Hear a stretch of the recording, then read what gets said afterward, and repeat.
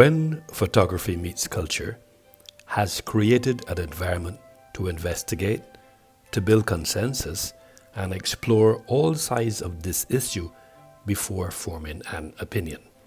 This conversation was captured and framed through my lens as a practitioner in publication 252 in 8 chapters and verbalized in podcast 140 in ISBN 9798 88525 2959.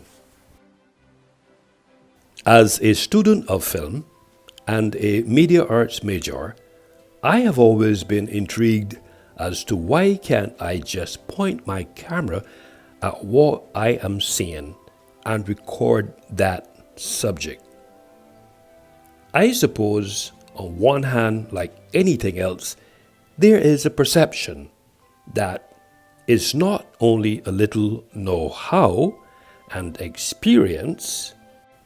On the other hand, as a practitioner, I am au fait with the fact that DSLR cameras allow you to control certain aspects of a shot manually, while most point-and-shoot cameras work best when shooting in automatic mode. It should be noted that a point-and-shoot camera is sometimes called a fixed-lens camera because it cannot swap lenses. Nonetheless, I have applied the investigative approach because I wanted to build consensus and explore all sides of this issue before forming an opinion. For the record, let me state categorically that I must confess that within the precincts of my intellectual consciousness and the space of academia are commingled the aforesaid inquisition. The same is not the first time that this issue was raised. A case in point, CambridgeinColor.com also advanced the said query.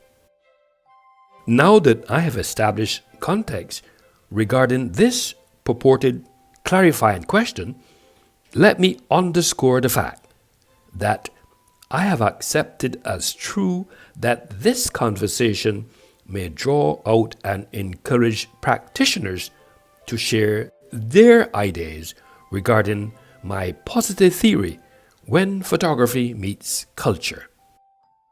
This story imputes culture as the underpinning, coupled with a synergy and the art of taking photos for the purpose of telling about a people or a culture. Further, as I drill down through the research lens, I have unearthed that there is also a school of thought which suggests that photography changes history, events, and how people react to them. A case in point, according to Chris Wells, I quote, "Photography has given common people the ability to be remembered. It also opened a window onto more recent eras of history that allow us to better navigate and empathize with those who came before us. Even for ancient history, the movie industry has done a lot to increase the general public's familiarity with societies that existed in the distant past." End quote.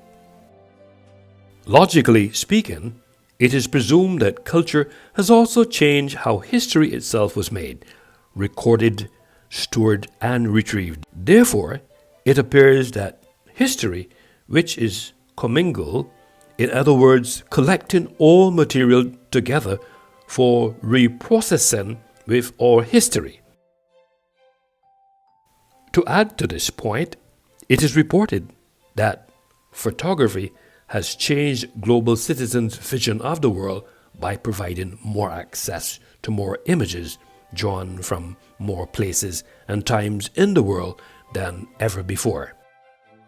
Hence, making and distributing images became easier, faster, and less expensive, and by the same token, it has also changed events and how people reacted to them. This view is espoused by John Paul Coponegro.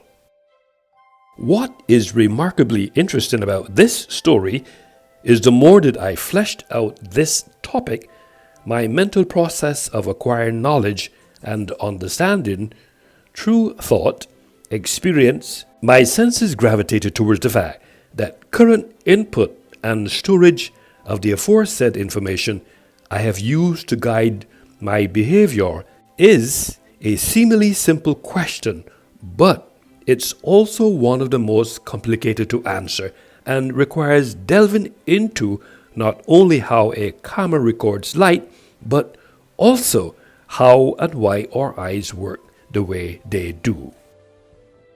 Tackling such questions can reveal surprising insights about our everyday perception of the world. Make no mistake, this process certainly helped to make me a better photographer. This view is also espoused by CambridgeColor.com. As I continue to navigate this academic exercise, I discovered that it is very explicit that at every phase of culture, time is the way we learned. Therefore, I have concluded that how we global citizens perceive things is largely affected by our judgment skills, preconceived notions, attitude, and emotions. And these factors are closely linked with our culture.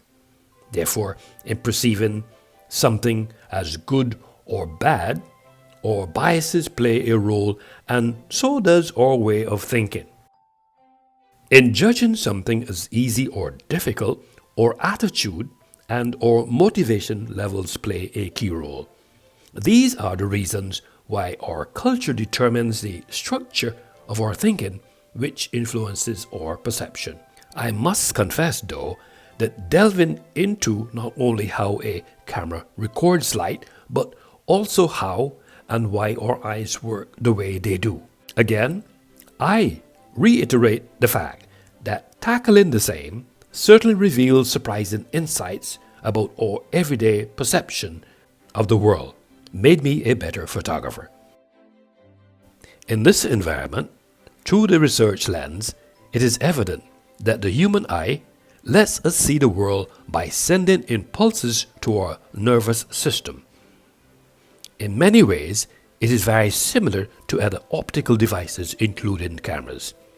This thinking is advanced by letstalkscience.ca. Further, in this context, the human eye contains small muscles that contract and relax, and this enables the eyes to change shape and stay focused on a moving object.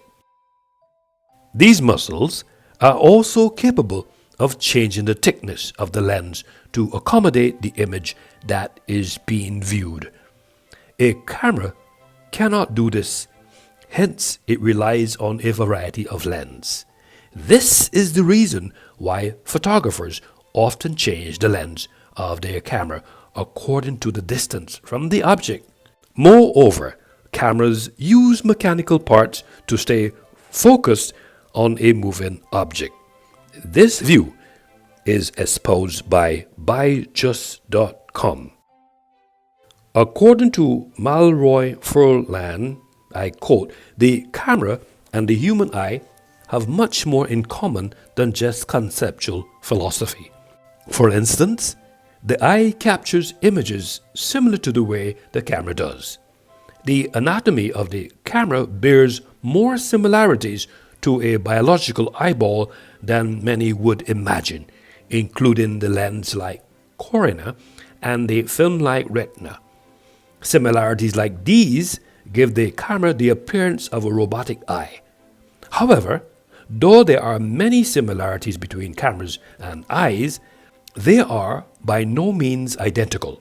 Likewise, the eye can focus on a larger image, just as a camera, greater depth of field, can focus and capture a large scale.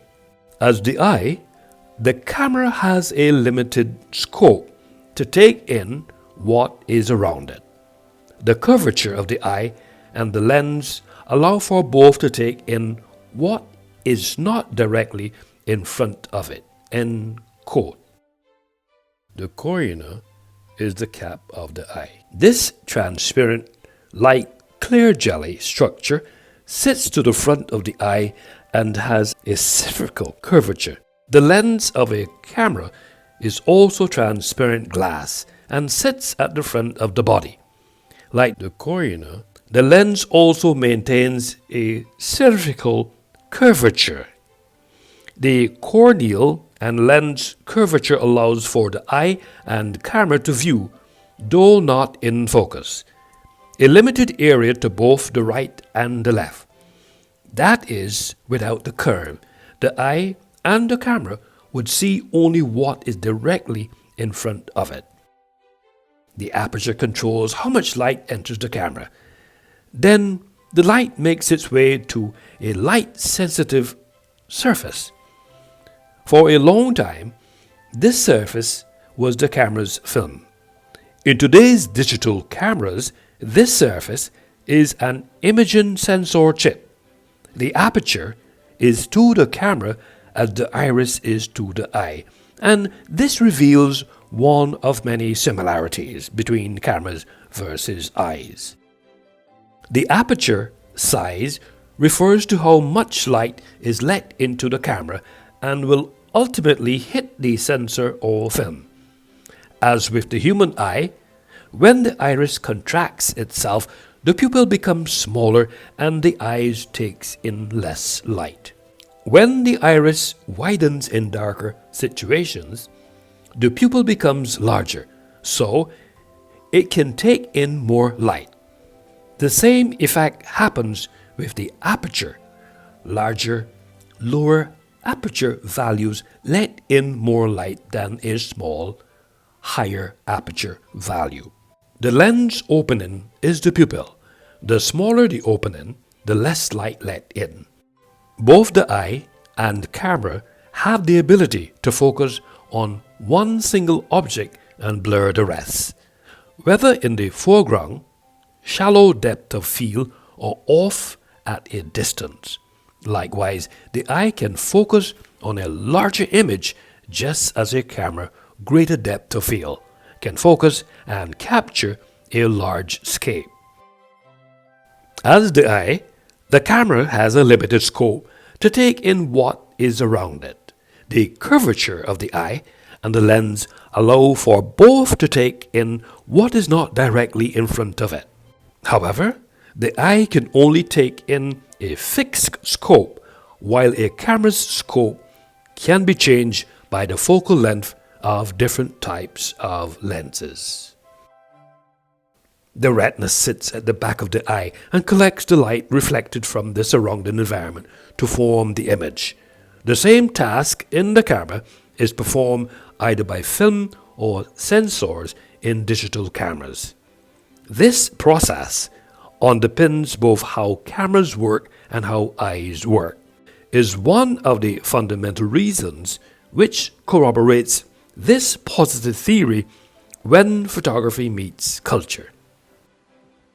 When the proverbial dust is settled, the stark reality is, when photography meets culture is not only a theoretical construct, but the fact that our eyes and our brain work in unison to allow us to see, and human eyes and brains have been co-evolving for millions of years, is exceptional. It is reported that an eye and a camera both have lenses and light-sensitive surfaces. Our iris controls how much light enters our eye. By the same token, our lens helps focus the light. The retina is a light-sensitive surface at the back of your eye. It captures an image of what you are looking at. Then the retina sends impulses to your brain along the optic nerve. Finally, the brain interprets what you are seeing. Our eyes are a bit like something else that captures images of the world, a camera.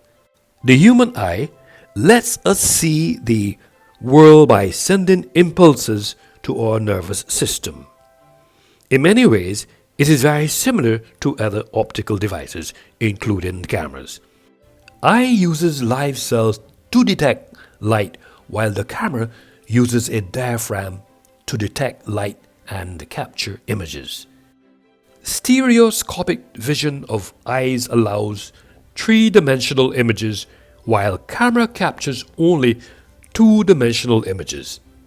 The pupil adjusts the size, while in a camera lens moves to change focus. Eyes have blind spots while cameras do not. There are two major differences between the human eye and a camera. The first relates to how they focus an image. The second relates to how they process color. Overall, as an author, cinematographer, media art specialist, licensed cultural practitioner, podcaster, and publisher, I concede that, according to Federico Algeria, I quote, "The instant and immediate viewing of events is one of the most important things photography has given to global citizens. Each day that passes, we get closer in terms of globalization. Images reach a broader and wider audience each day, and history is reducing its gaps in terms of time intervals." End quote. This philosophy is that process that underpins how cameras work and how eyes work, especially when photography meets culture. In the scheme of things, I dare say that all of the information gleaned through the research lens corroborates this positive theory: when photography meets culture is also an analytical cultural discourse and a pretext that captures culture through another lens. At the end of the day, the positive theory, when photography meets culture, has created an environment to investigate, to build consensus, and explore all sides of this issue before forming an opinion. This conversation was captured and framed through my lens as a practitioner in publication 252 in 8 chapters and verbalized in podcast 140 in ISBN 9798 88525 2959.